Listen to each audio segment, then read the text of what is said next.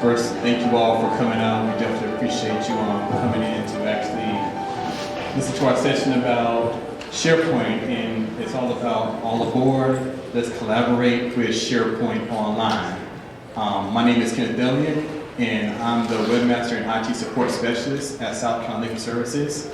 Here with me at the table right now is Ms. Pat Muller, who is the IT Manager at South Carolina Legal Services, and then Tom Trent, who is our Intake Manager at South Carolina Legal Services. The big thing, make sure to engage in the conversation. Right here.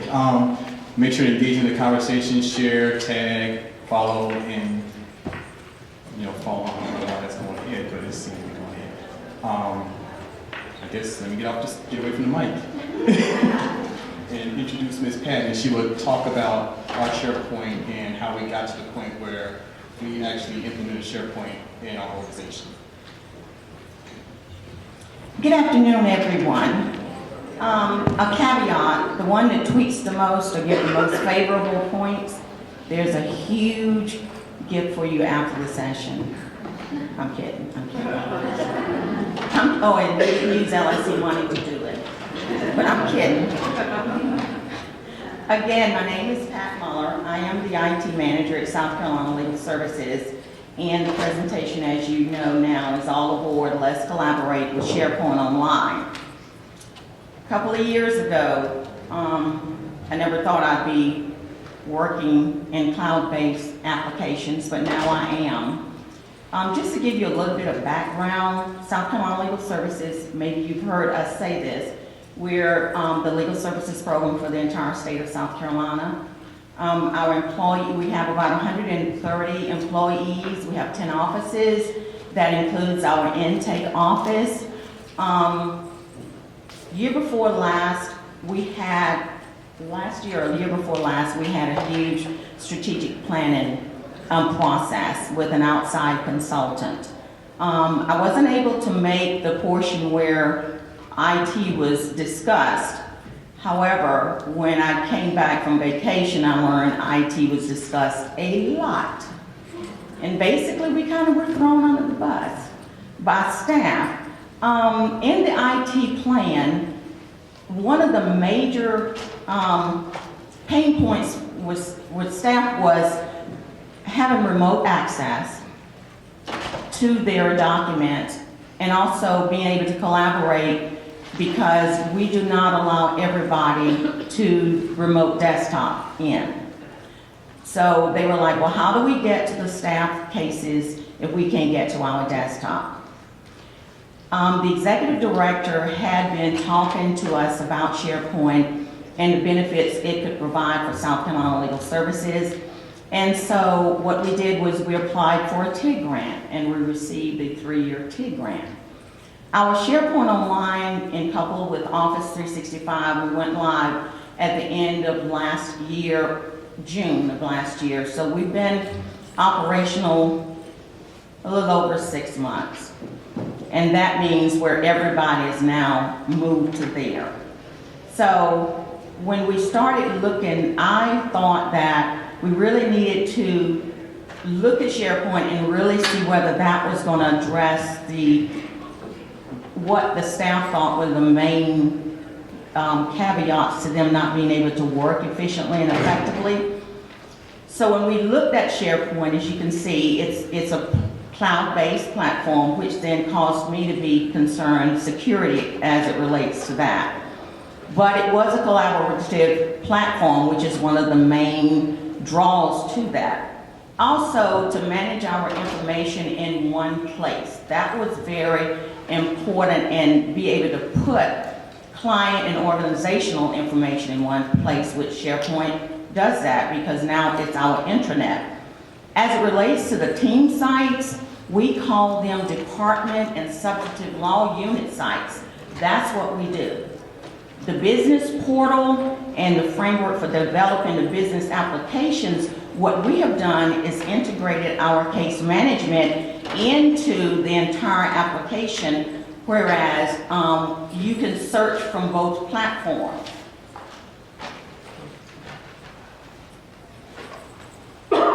When we look at the business benefits of SharePoint Online, it fully integrates, of course, with Office 365 because it's part of the suite.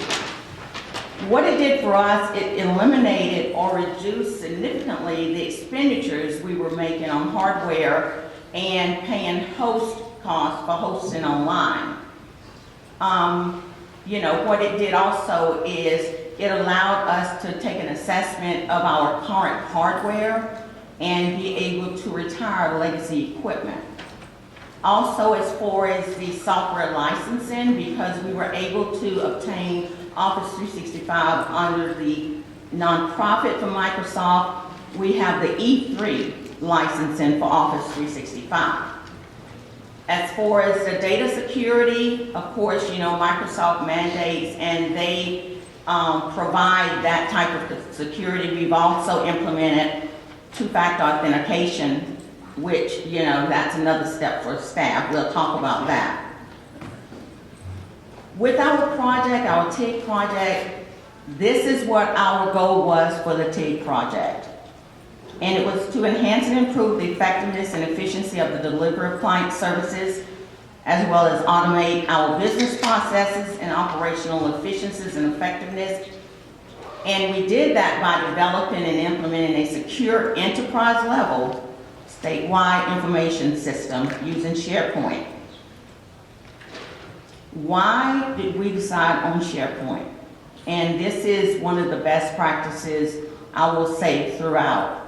SharePoint might not be for everybody because your needs might not be what our needs were.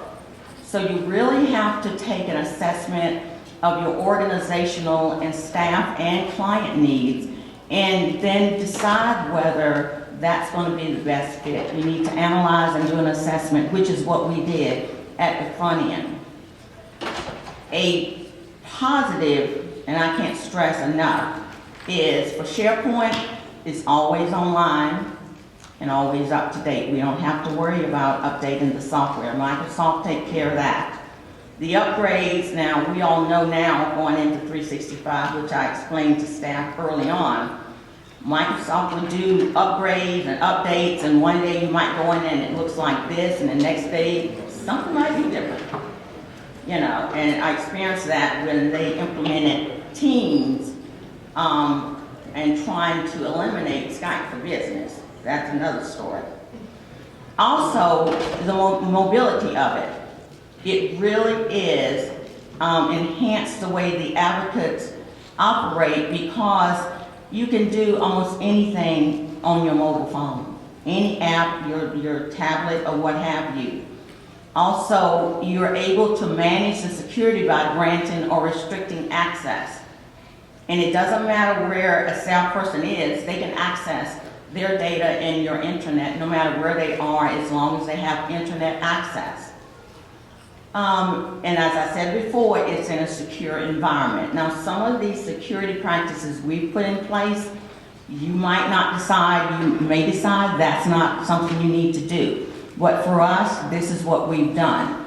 SharePoint is innovative, it's evolving, it's dynamic. So you might start one way, and as staff starts to use it and understand its functionality, you might see that you have to massage what you've put up there. We've done that from the onset of the implementation. The objectives in our TIG grant were, as you can see, implement an efficient, automated cloud-based information management platform. It was to enhance and improve the effectiveness of our delivery of client services. Integrate, a big portion of it was to integrate Legal Server and SharePoint Online. I contacted several comrades across the United States because I was fearful. I didn't know anything about SharePoint. And when it came to Legal Server, I was like, well, what are y'all doing? How did you do this? Just trying to glean some information to give me some background to help me understand how I needed to approach it. But as I did that, I then understood that we wanted a little bit different integration. that we actually wanted to really integrate the two platforms and have it to work efficiently and effectively for us. And we'll demonstrate that integration in a short while. It was also to be able to have advocates or management share and work on documents collaboratively, no matter where they were. And with SharePoint, you can open a document, same document, and everybody could work on it. As long as you've implemented versioning, it doesn't impact your original version because you don't allow them to do that. And as I said earlier, it improved the access to case management. It also is improving, and as we said, we're a little more than 6 months into it. It's improved the communication. What we had in the beginning was we had file share. We had a global drive for accounting, the substantive law units, that kind of thing, to post documents that someone else needed to see or to share. And so, in that respect, hello, there's SharePoint. We don't need that file share. It also is important that you train and inform your staff of what you're doing, but also why you're doing it. They need to know why. And they need to also know whether the implementation is going to make them able to access their documents, but also to collaborate efficiently and effectively, and to be able to manage anything as long as they got internet access. And that way, it promotes better collaboration. Also, your business systems, as you will see shortly, most of our departments, we have 5 departments that are online, on SharePoint. And that's where you're storing your information. We also have what we call our client center. This is where Legal Server and SharePoint Online integrate.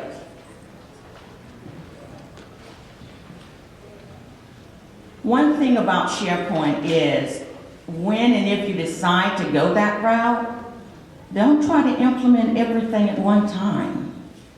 Take your time. Let staff get acclimated to your initial tools that you think are important to your organization instead of pushing out all your tools at once. We did our implementation by a phased approach. In other words, what we've done is we've integrated Legal Server, trained them on that, trained them to upload their documents to their client folders. And then when it came to the substantive law units, we have what we call unit heads, training them how to post their information. Once we migrated all of the data from the shared folder, then that's where anymore they don't need to even access that shared folder. It's gone. They don't need to access that. If they need to post something, they will have to post it on SharePoint. Because if you don't leave it as simple as possible, you run into a nightmare of maintaining your security across all of these site collections. A lot of times you might have a company that have divisions in different areas of the state. That might be what they need, but for South Carolina Legal Services, that's not what we need. What we will go ahead in the future is create an external site for our board of directors and our stakeholders. It totally separates our SCLS client, our staff intranet, and the external intranet, which will be for the board and the stakeholders. That way, we don't run the fear of sharing confidential information. Let's talk a little bit about the information architecture. That's something, as I said earlier, you will be doing SharePoint once you implement it. That's just the beginning. Someone or someones will have to continually maintain that platform. I had someone tell me, Pat, Introducing and implementing a SharePoint platform is just the beginning. Who's going to be responsible for updates, for maintaining all of your information? So it's not just a one-time process. You're going to make changes because you can have staff to say, you know, I think that doesn't make sense. I think you need to, you know, choose a different word, make the flow go differently.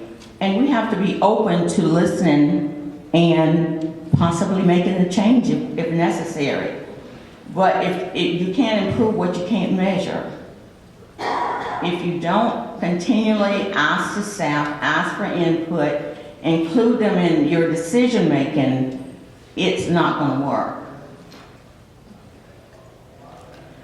The information architecture, we use 4 building blocks: the hierarchy, the navigation and search between a legal server and SharePoint Online, the taxonomy and metadata, we did a process for that, and security. As we talk about a little bit more in depth of the 4 building blocks, it's talking about how your site will be used, and we'll show you a mock-up of what our site was as we were going through the project. We also wanted to simplify and make more efficient the search mechanisms. I don't have to tell you how your mechanisms searching file shares when you need to find something. And I don't know, maybe you all far down the road than we are, but in Word, rarely do people tag their documents so you can find something when you're searching for it. In this instance, we did. We went through a process of creating a taxonomy structure, what we call kill, keep, or destroy. Security, you have to decide beforehand who has access to what. For example, our accounting department, all staff won't have access to all of your accounting data. Of course, they couldn't. But it's one portion of our accounting department that the office managers and managing attorneys, they're in and out of that because what they used to use was the S drive. Now they're using SharePoint to upload, or will be using to upload data going forward. And we'll talk about the Active Directory and Azure through Microsoft, but on the front end, and I'm not sure whether, and I'm trying not to get too technical, but it's very important when you're looking at your project for SharePoint Online, you look at your Active Directories and make sure you have groups. It's so much easier to set your permissions when everybody is identified in a group. That way, if someone leaves, you just take them out. But if you try to implement security individually, that becomes a nightmare. This is a final mock-up of what our SharePoint Online looks like. The top level are the departments. The long level, that comes under the litigation, and those are our substantive law units. And we'll show that in a few minutes. You go to the litigation department, but within that litigation department, we have 8 of our substantive law units, which the responsibility to maintain those are the unit heads. That's the site hierarchy in our SharePoint. These are some of the lists and libraries that are contained in our SharePoint Online. And this is the home page of our SharePoint. Of course, it looks a little bit different now. And also with your home page, you only need to post there something that all of the staff needs to be privy to, but it's not something that you're posting documents and all of that to. We put in, if it's some news that is of interest to the entire staff, and we put in holidays and things of that nature on the home page. As I said before, SharePoint and Legal Server Case Management, they integrate through an API. When we were building SharePoint Online, one of the major parts of it is our Client Center. We took all of the cases that were on file shares, you know, our lawyers were keeping them in a shared folder or what have you. We migrated all of those cases to SharePoint Online. Now the integration with Legal Server, and we, you know, of course, our project consultants and PSTI Legal Server worked together to get this API to work. What we wanted was a true integration, whereas when you created a case in Legal Server, an application, you could create the application and you can have a case review. But when that case is deemed opened, immediately trigger SharePoint. Here's a new case. I need you to create a folder, and I need you to create the folders that we decided were going to be uniform throughout the case. It automatically does that. That's what it does. Now, cases that we had from 4 or 5 years ago, those folders weren't there. So we have to go back and pull that programming in to say cases without XYZ, create these cases.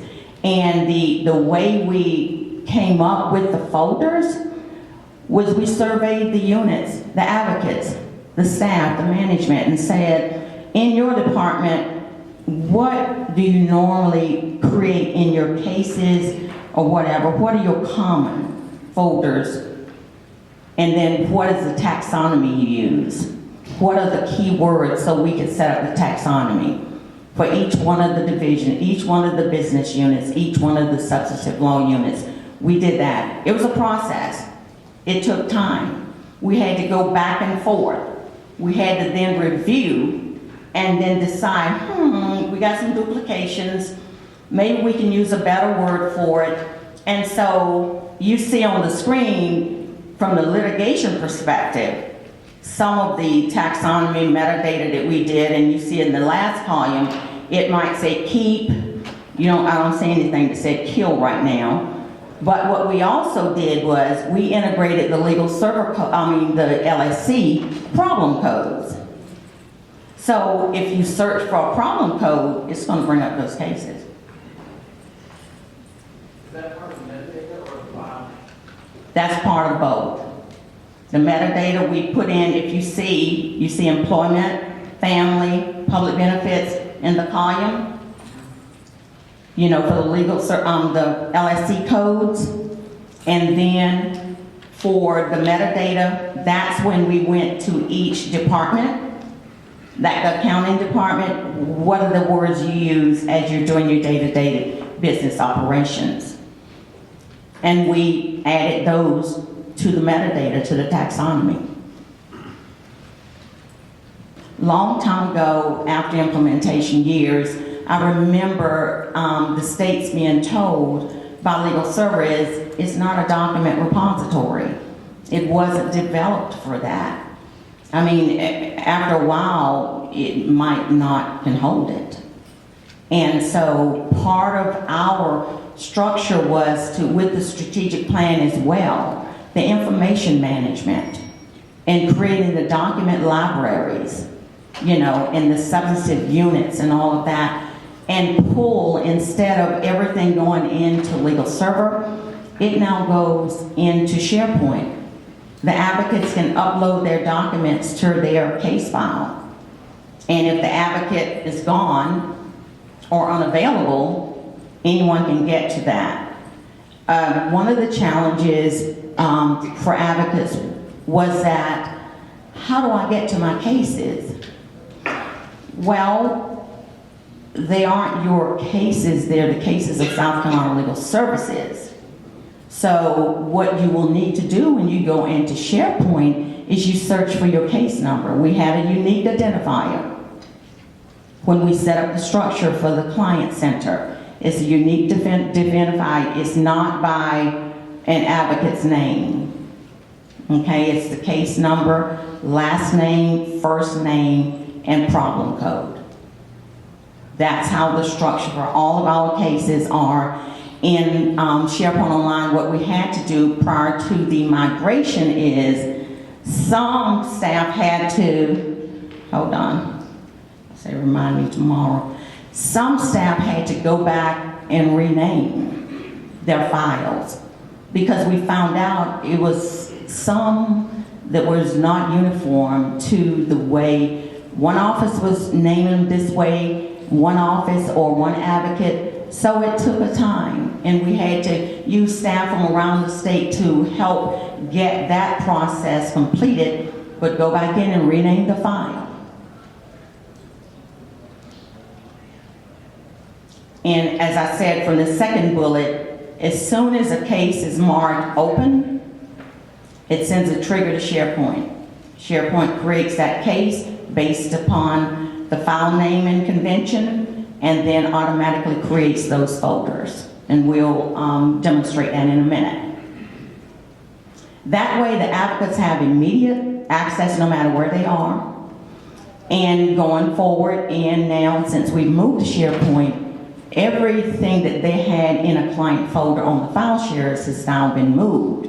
Any new documents need to be put directly into SharePoint in that client's file.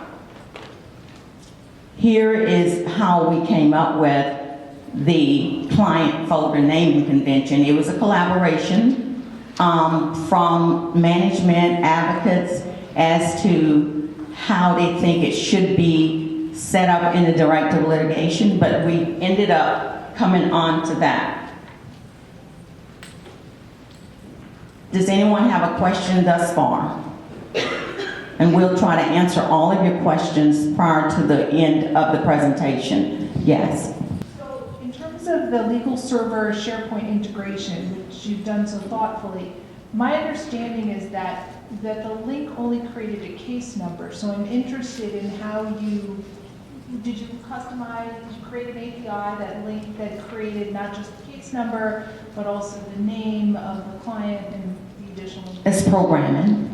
We did that with our consultant they were very knowledgeable of SharePoint and application integration. And so working with the legal server, we were able to not only create the folders, which to my understanding, no one had created the uniformity of the folders, but also the naming convention, it was programmed into SharePoint and legal server. Which makes the search better. Well, that's the reluctance on our end, is that just a case number makes it a lot harder. The additional information makes a big difference in terms of the search. Question is, do you manage permissions on the SharePoint? We run into situations where we have to exclude cases sometimes, and I know the legal server users are not the same as your Office 365 users, so does it have to be created manually if there needs to be permission changes, if you're excluding? The permissions are managed by us, and when I'm going into Azure, it's all managed. Even with a volunteer, they do not get an E3 license. They get an E1 license, and we do manage their permissions.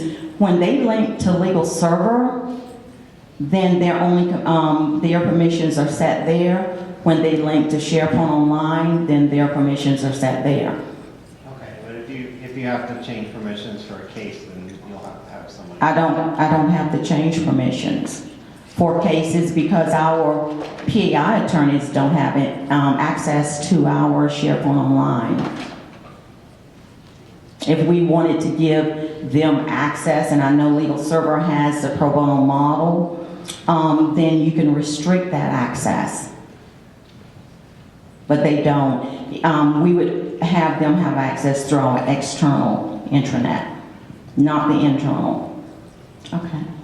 You mentioned just a second ago, you started talking about why you were storing some documents, why documents were stored in SharePoint and not in Legal Server. I'd like to know a little bit more about the thought process that, because we've worked under the assumption that if it's case related, it belongs in the case management system. Why would you have some in Legal Server and some in SharePoint? What we came with is the documents that are still in Legal Server, if you want to put in the agreement that they sign initially and all, but all of the documents are still part of the case. Legal Server and SharePoint Online are talking all the time. They don't have a barrier that they can't see between each other. So- We're actually trying to move away from putting things into legal server and putting them in SharePoint because you can access it all there. Okay, we only have the E1 license, so if I understand, you're saying we would have to have the E3 license to have this capability? Is No. that right? No? No, what I said was for employees of South Carolina Legal Services, we have the E3 because we wanted all of the applications that come with SharePoint Online and Office 365. The E1 does not give you privy to all of the applications. So, and they are free. So when we have volunteers, that's what they're assigned, the E1 license. They can still get, of course, they get in SharePoint and they have their email and all of that, but a lot of the other functionality that they really don't need, they're not assigned that. The E3 license is for staff only, paid staff only. In terms of convincing employees to start using SharePoint instead of file shares, did it eventually just come down to a thou shalt, and if not, you bring out the big stick? I'm the old curmudgeon that don't like changes. We ended up getting a big stick. There's our big stick. Well, you try to massage them into accepting the change and embracing it. And then it comes a point where it's no longer there what you're looking for, or you don't have access to it, what you're looking for. With the implementation of Office 365, you all that are knowledgeable of it, the instant messaging Skype for Business is a part of Office 365 and Teams. We were using an in-house secured instant messaging for staff, and specifically for our intake office, so they could collaborate and talk with Tom no matter where they were. And we are paying for it every year for the software, the application. So when we got Skype for Business, as I said, staff was trained on it and told the use of it that it would replace what we were using. Well, I could see a few people embracing it and using it, particularly the younger crowd.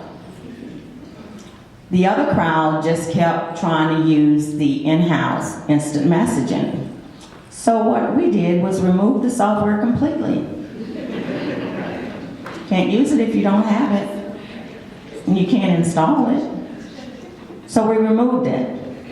Now, I will say for the Department of Accounting, and you have office managers and managing attorneys that access that global share to post documents from each office. And that's a learned process. So they were given notice that temporarily you can still post your documents there, but at this cutoff date, you will no longer have access to that. You have to, because I've migrated everything that they had in there up through last year, 2019. So at the cutoff point, and we believe in additional training all the time, is that you will no longer have access to the S drive. So when you get ready to post something there, guess what? You have to go to SharePoint. That's what, you have to do that. Because if you allow staff to continue to use the legacy applications, it defeats the purpose of you paying for these licensing. And no, not everybody might have not asked for it, but that's the way the technology is moving. Yes. Can I ask how, like you said at the beginning, how long did it take from where you go to where you are now? It was, our TIG grant was a 3-year process. Sometimes we took baby steps. Through the entire process, we included staff in everything. We sent emails, we had at our every year statewide conference, we had either the consultant of us training staff, explaining the functionality of it, So as I said, we went live completely the end of June of 2019, and it was a 3-year grant. And also, as I said in another session, as you implement SharePoint Online, you will find out that it's not one size fits all, but also it's innovative. And it has to be dynamic because, you know, like our ED, she looks at it and says, well, that term maybe won't let a new employee understand where something is located. So it's our job to make sure it's plain language, user-friendly, but it's iterative. You will continue to make some subtle changes. The question was whether the primary means of access was through a web browser, that portal, or through a tab in Microsoft Teams that is a SharePoint document library. Yeah. Also, you can access documents with Windows Explorer, but for the most part, it's through our Office 365 because we have two-factor authentication. Just anybody cannot do it. You have to be authenticated. Does that answer your question? Okay. Did you use any special tools to migrate your data from your file servers to SharePoint? And Yes, so, we what was that used turnover like? we used SharePoint migration tool. That's what we actually did. We used the SharePoint migration tool. It's a learning process. We had to figure out why some of the older cases weren't migrating. And then when we went farther into the migration tool, there are date parameters. So if you had a case, maybe 2001 that was still ongoing, I don't know why, but when you're migrating, if your migration date said anything created after 2003, that case is not going to migrate. So you had to modify your parameters. When I started and I learned through training using the SharePoint migration tool, you click the tab that says additional information or additional properties because you then can see, how is it making the choice, in your paths and all. What we also found out was that I copied a lot of the information to the global share that the departments and the substantive units were using. I copied a lot of the information there, figuring, okay, it's going to be quite easy for me to migrate because I'm only going one place. What we discovered was the integrity of the document, the authorship and all, was impacted because it then had administrator. You wanted it to keep the document properties as the creation, the date, and all of that. So then what I needed to do is to remote into each file server and grab them from there. So it maintained the author's integrity of the document. And that was something we had to learn because I kept figuring out, this is not Pat Muller's document. Why is it saying that? And then we discovered, because I was actually migrating it from a global file share when I needed to go to the document properties in their server. And then I migrated the cases from those servers. Question? Yes. Did you have any problem with users using the personal SharePoint instead of using your global SharePoint and No. saving documents to the personal? Because you get one with the E3, E5, so you can set up a personal account, but No. But then you could regulate what they can use it on, your license. You have 5, you can put that on 5 devices, but I haven't had, and it could be that they haven't found that out, and don't let his go on the recording. But no, we haven't had that issue, no. And Ms. Pat, I'm not sure if you would want to just show like a live demonstration of actually how it works. Which one? The Legal server? server, yes, ma'am. Sure, let's do that. We're gonna ask Tom Trent, the intake manager and attorney, to come up and show us how it actively integrates with legal server. resistance to users who don't want to use their phone, personal cell phone, for two-factor authentication for the business accounts. What are you using for those users? We use two-factor authentication.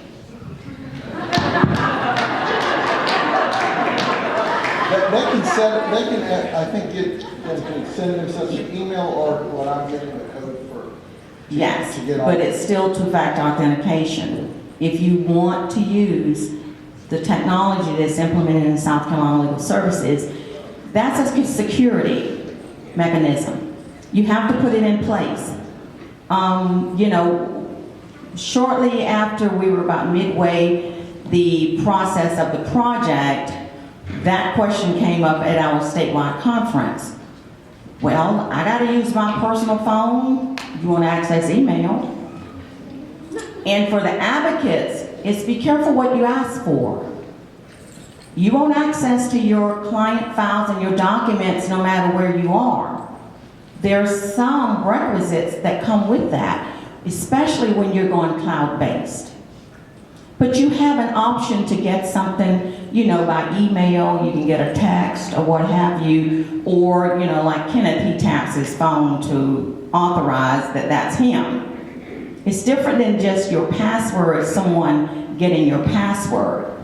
No one else is going to get that code except you. Now, I haven't had any kickback since that conference, but mind you, we are gradually moving into the two-factor authentication. You get a group of test users so they can say, oh, you don't know what you got to do, this and that and the other. What? If you want to get access to your documents or your email, that's what you do. It's all about security. It's my job to keep the security secure with the document access. Okay, when you first see that, you'll see a tab that goes, if the disposition was sent to open, a new folder for this case will be created in Legal Server. So you would just hit continue. There it is.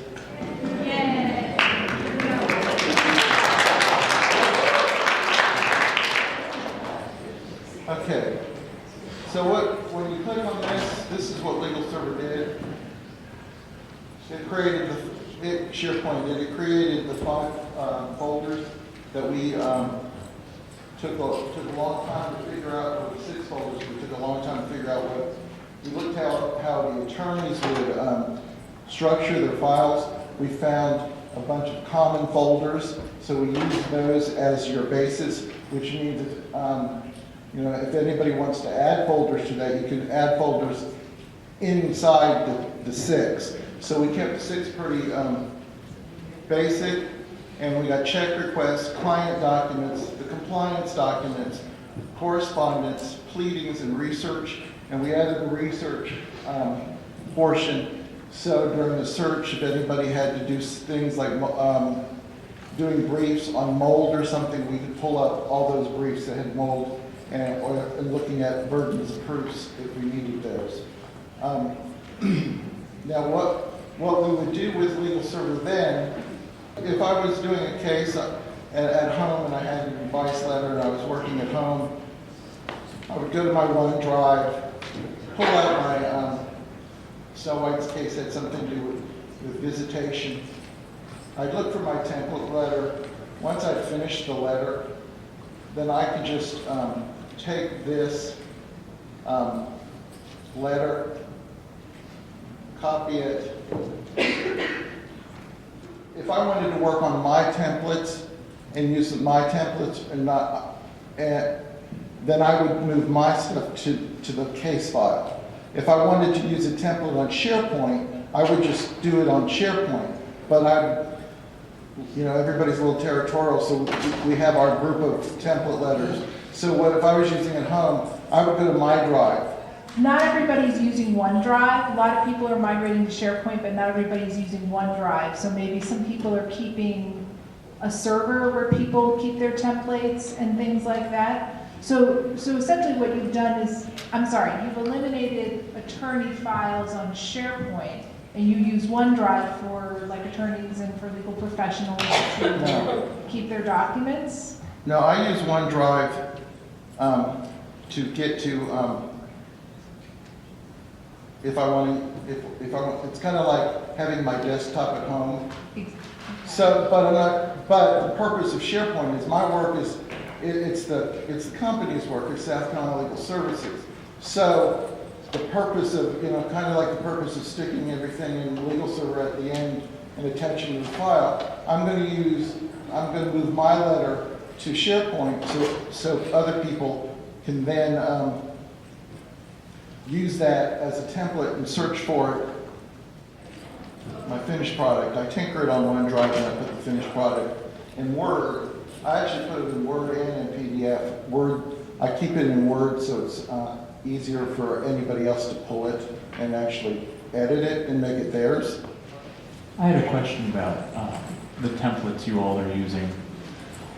You all are generating your templates from OneDrive rather than... No. Let me back up let me get to where I'm going with the question. Are you all making use of the letter templates inside of Legal Server and then replicating them back to SharePoint, or is this being generated purely from within SharePoint for your template letters? The template letters are getting moved into SharePoint. So then the purpose of that was so that staff could then find them easily, as opposed to trying to go all over the computer to find out where anything is.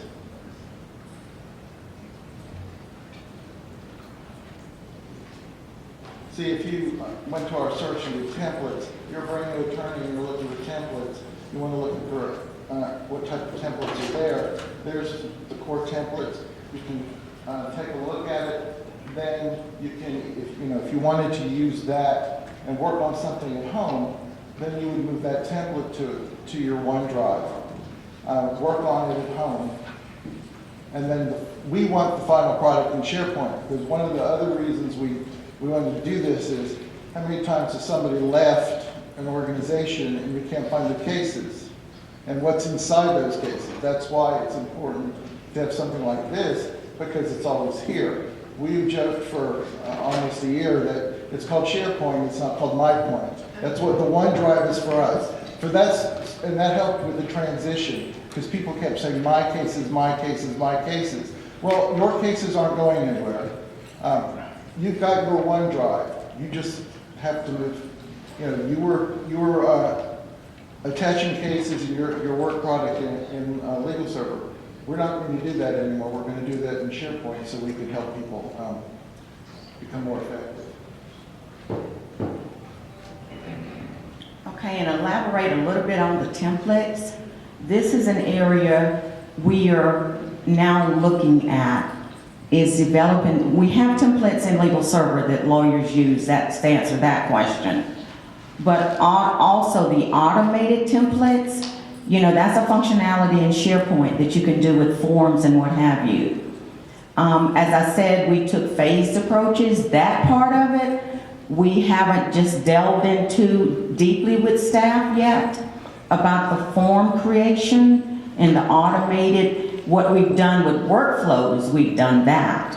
But as far as establishing just true to form templates within SharePoint Online, we haven't done a lot of that yet.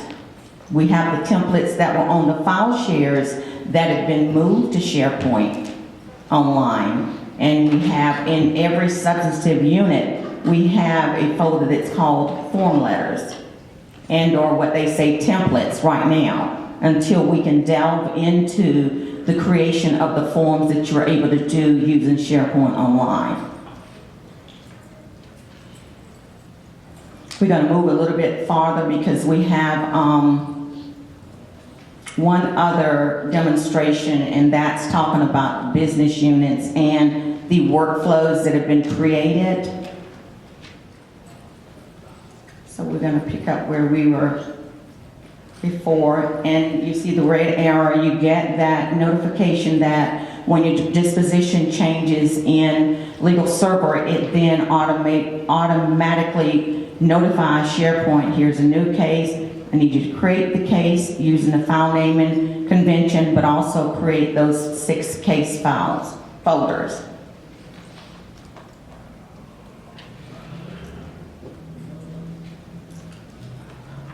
Going back to the syncing with your Active Directory and Microsoft's Azure server, it's been a lot of discussion on the LS Tech listserv about Azure and all, and I really appreciate that because it's educated me, because I said, you know, we've been there for a little while, but what I had to learn in order to have the workflows work and then maintaining and establishing security permissions, one thing that I had not done in managing our Active Directory is establish the organizational profile for each user as I created the user.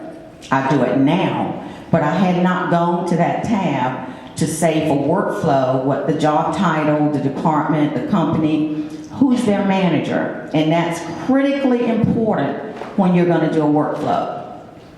Because if you're doing something that needs approval, once you establish that and that person creates that workflow and hit submit, it's going to their supervisor or their managing attorney. It automatically does that. And I can't stress enough the importance of establishing permissions by utilizing the groups.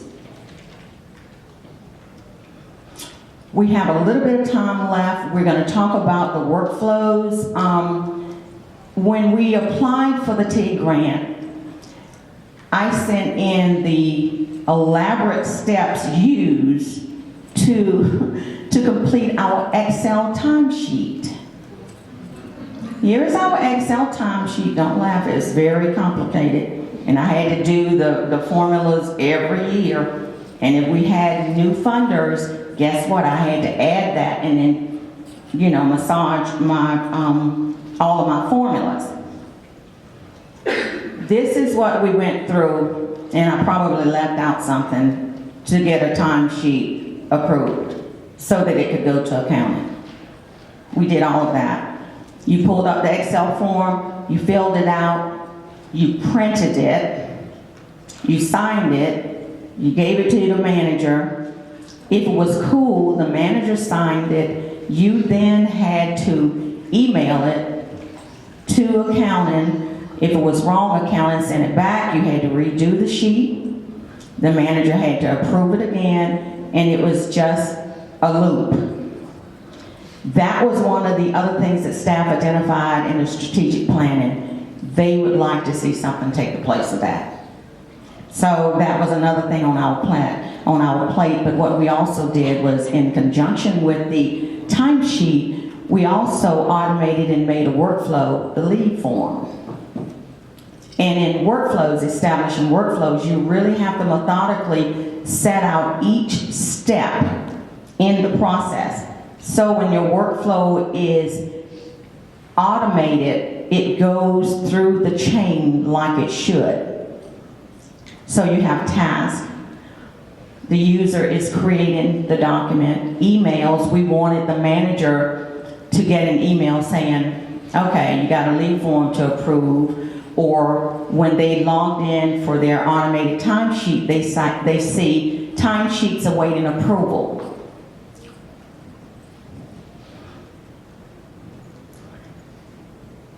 These are some of the ways the emails are managed through the workflow. This is the manager's, say for instance me. When I log into my timesheet, I'll see if I have any timesheets awaiting my approval, I'll see the names. I click on the name, here's the link here, and then I open it up, I review it, make sure everything is kosher. If it is, I submit it. As approved, it goes directly to accounting. If it's not, then I put a message in there to the user and I reject it. It goes back to the user's desktop and says it was rejected because of XYZ. Please redo. Nothing printed. They then modify what they had entered, submit it, it comes back to me. And that's the process. When it's done correctly, it goes right to accounting. However, the caveat is if you create a timesheet and you also have annual leave, in construction, the workflow, accounting identified to us These forms of leave require a leave form that's been approved by the manager. For sick leave, for annual leave, if a staff person puts that on their timesheet, they have to attach the approved leave form, or it's not going. It will give them a message, please upload your approved leave form. And they cannot do it until they do that. Now, every leave doesn't have where it's required, you know. But the ones identified by accounting, they have to prepare the leave form. These are just screenshots of the timesheet, and I would ask Kenneth to come up and just give a brief demonstration of him and his timesheet, and then what happens. These are the days, and what we did with the consultant, we explained, we had lots of meetings, what our timesheet pay periods consisted of.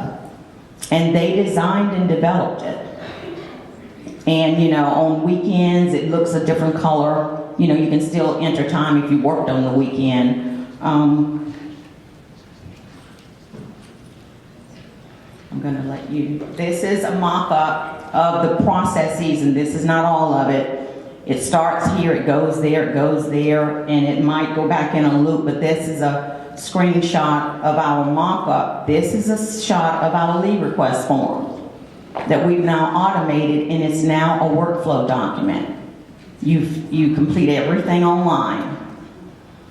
The leave request was a PDF, and it was fillable, but we also made that into a workflow. And the same task, emails, and actions are involved in the leave form. This gives you the steps of what the user gets or what the manager gets. That's what the leave form, this is what the leave form looks like now, as opposed to the PDF fillable. Now we're going to give you a demonstration. Real quick, so I think we have about 6 minutes. I'm going to try to get in and out of here really quickly. Let me see if I can log into mine.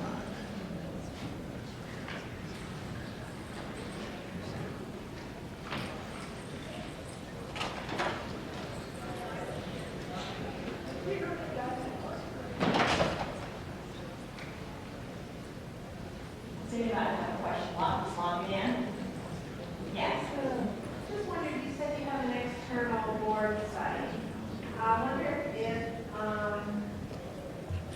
what, do you think about confidentiality of documents? Do they have logins to that site, or is it a public site? Or how does that function? No, we don't have a live external site for board members yet. That's in our next steps. Yes. Right now, we do not have an external SharePoint site. Yes. You were saying that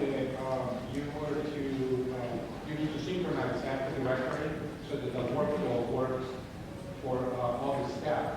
Are you using LDAP, or how do you synchronize from your Active Directory? Azure. Oh, I'm sorry. Would you please repeat the question so everyone can hear it? Yeah, what do you use to synchronize your Active Directory to Azure? Our domain server syncs with Azure Active Directory. I think he's asking, are you using like Azure AD Connect or something like Yes, yes.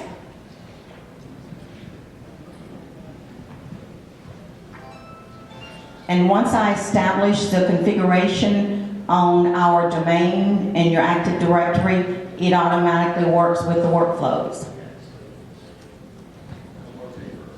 No more paper. And for an example, an office's managing attorney might go on vacation, and they're gone in between a pay period cycle. I just go into Active Directory, and for those employees, change the manager. Actually, I had to change it to Tom. And until she gets back, any leave request, any timesheets that's submitted, it doesn't go to that managing attorney, it goes to Tom. He reviews them, he approves them, or what have you. Once that manager is back from vacation, put it back to their assigned managing attorney. It's just that simple. Besides disabling their Active Directory account, I block their sign-in, I block their OneDrive, I do all of that. It's a process, you gotta move. You know, sometimes, you know, staff will put things in OneDrive that really shouldn't be in OneDrive, but I block that access. And if they need something and they're no longer staff, they've gotta go through a process.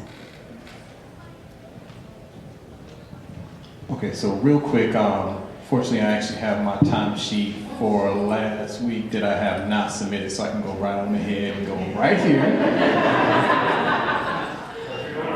I'm doing it right here in Portland. So to give you an idea, this is actually my timesheet here, and you can see that I actually have LSC time, annual leave, sick leave, and holiday here. I have the first. And so what normally happens is I'll put all my time in, it calculates all the time, so you can see each totals, you can see the total time here at the bottom. And let me know if you're having any issues. I'm trying to blow it up just a tad so you can see it a little bit better. I'll put leave in here just so you can kind of see that when I try to submit this timesheet, and it's going to come up with the verification that says I certify that my review time is correct and all of that good stuff. I'll click submit, and as you see, it's requesting the timesheet using attachment, which is the leave request form. So because I have annual, sick, and holiday, I actually have to create a leave request form here at top. So let's see if I can open it. So what you see here is the leave request form, and it automatically populates my name, my email.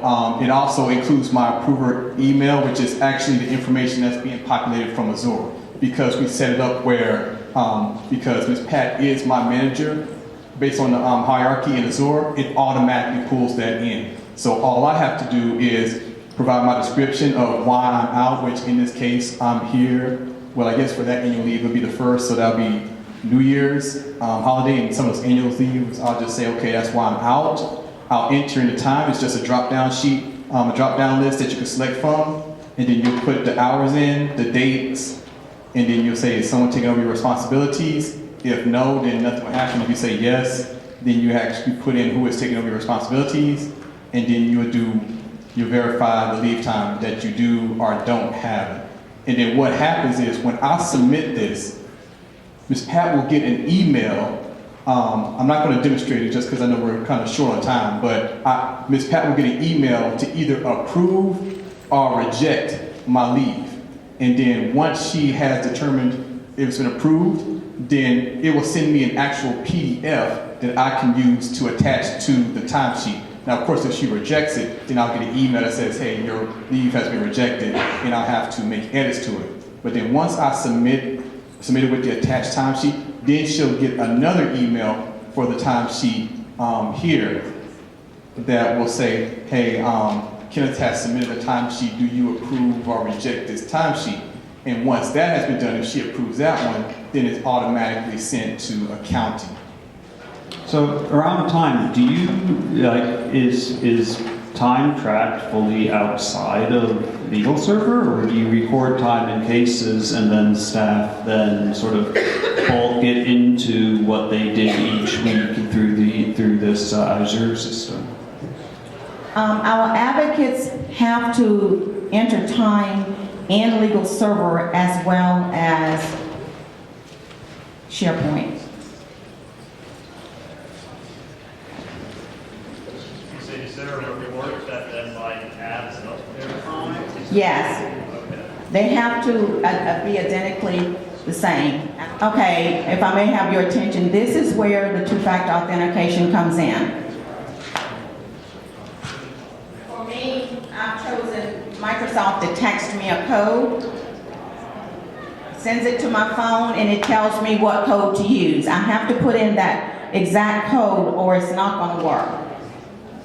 It comes up to my Office 365. I'm just gonna go into my Outlook, and Kenneth's email concerning his timesheet should be there. Has to come up to 100%, and I'm gonna look at where his hours were. And then my option is to approve and/or reject. If I say reject, it'll bring up a window where I can tell him why I rejected it. If it's approved, which I will do,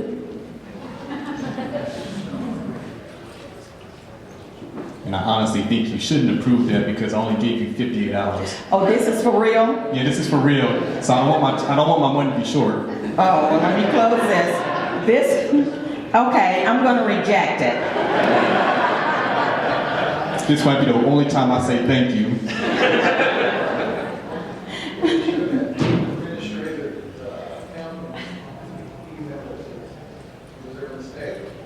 Okay, not completed correctly, and I'm gonna reject it. And guess what? Kenneth gets an email saying, your timesheet has been rejected and here's the reason. If any other of the employees that I'm managing had already submitted their timesheet, it would be under the timesheets awaiting approval or past due timesheets. Are there any questions? Our time is up. I really do appreciate you being a part of this presentation. I will say one last thing as a best practice. Instead of focusing on SharePoint Online features, as I said in the beginning, conduct an assessment and analyze the needs of your organization to determine whether SharePoint Online is the best platform to meet your needs. I thank you so much.